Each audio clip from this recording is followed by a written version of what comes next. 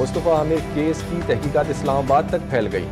اداکار ساجد حسن کے بیٹے ساحر حسن کی نشاندہی پر خصوصی ٹیم اسلام آباد بھیجنے کا فیصلہ۔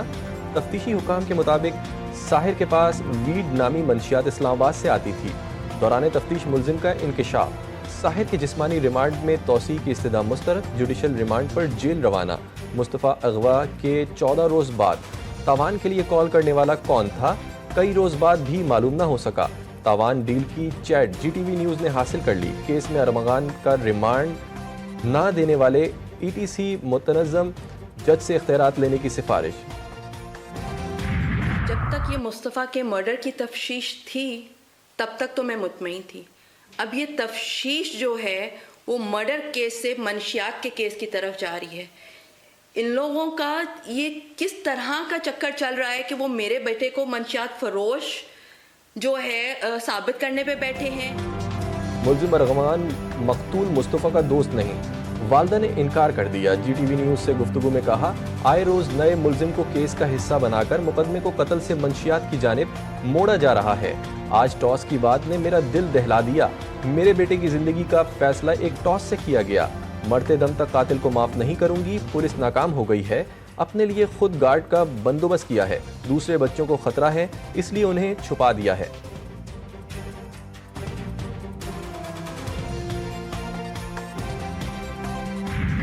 کراچی کی سڑکوں پر حادثات معمول، روزانہ کئی قیمتی زندگیوں کے چراغ گل ہونے لگے۔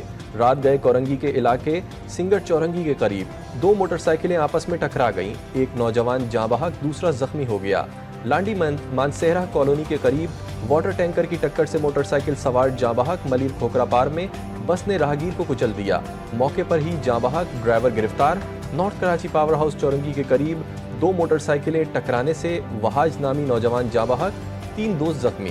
متوفی کے ماموں نے بتایا کہ وہاج یتیم اور گھر کا کفیل تھا۔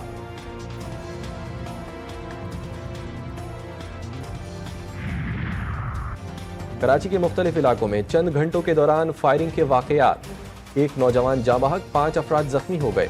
بلدیہ ٹاؤن میں نوجوان نے خود کو گولی مار کر خودکشی کر لی۔ Shahrah Faisal F T C building کے قریب ذاتی جھگڑے میں فائرنگ سے عماد نامی شخص زخمی ہوا۔ سعدی ٹاؤن بلاک 1 ڈکیتی مزاحمت پر فائرنگ سے ایک شہری زخمی۔ سپر ہائی وے سیف الملوک گوٹ میں ڈاکوؤں نے گولی مار کر شہری کو زخمی کر دیا۔ طارق روڈ پر مبینہ پولیس مقابلے کے بعد ڈاکو زخمی حالت میں گرفتار۔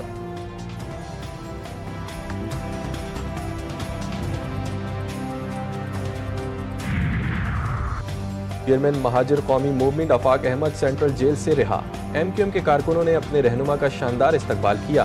عدالت نے آفاق احمد کو تیسرے مقدمے میں بھی ضمانت پر رہائی کا حکم دیا تھا۔ آفاق احمد رہائی کے بعد حادثے میں جاں بحق سائم کے گھر پہنچ گئے۔ کہا، حادثات کو صرف حادثہ کہہ کر انتظامی معاملہ کہہ دینا زیادتی ہے۔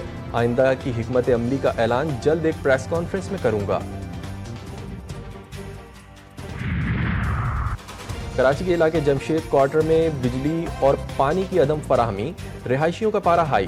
جہانگیر روڈ پر شدید احتجاج، دونوں ٹریک ٹریفک کے لیے بند کر دیے۔ احتجاج کے باعث مختلف علاقوں میں بدترین traffic jam. Central jail Jamshed quarters, Gurumandir اور سولجر بازار کے اطراف گاڑیوں کی لمبی قطاریں، شہریوں کو سخت مشکلات کا سامنا۔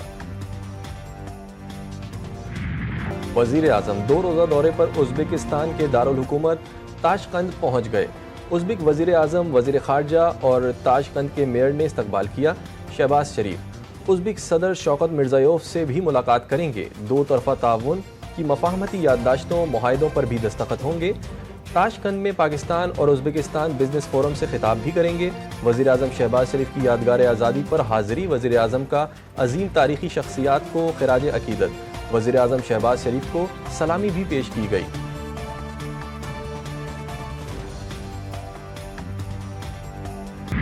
پاکستان اور آئی ایم ایف کے کلائمیٹ فائنانسنگ کے لیے مذاکرات کا دوسرا روز۔ ذرائع کے مطابق آئی ایم ایف تکنیکی وفد اور صوبائی حکومتوں کے حکام کے مذاکرات ہوئے۔ صوبہ پنجاب اور بلوچستان کے حکام نے تکنیکی وفد کو بریفنگ دی۔ آئی ایم ایف کی جنگلات اور آبی گزرگاہوں کے قریب نئی تعمیرات روکنے کی تجویز۔ نئی تعمیرات میں روشنی اور ہوا کے بہترین استعمال کو یقینی بنایا جائے۔ وفد کا قدرتی آفات سے بروقت نمٹنے کے لیے استعداد کار کو بہتر بنانے پر زور۔ IMF کا صوبوں سے موسمیاتی تبدیلیوں کے لیے ترقیاتی منصوبوں کو جیو ٹیگ کرنے کا مطالبہ۔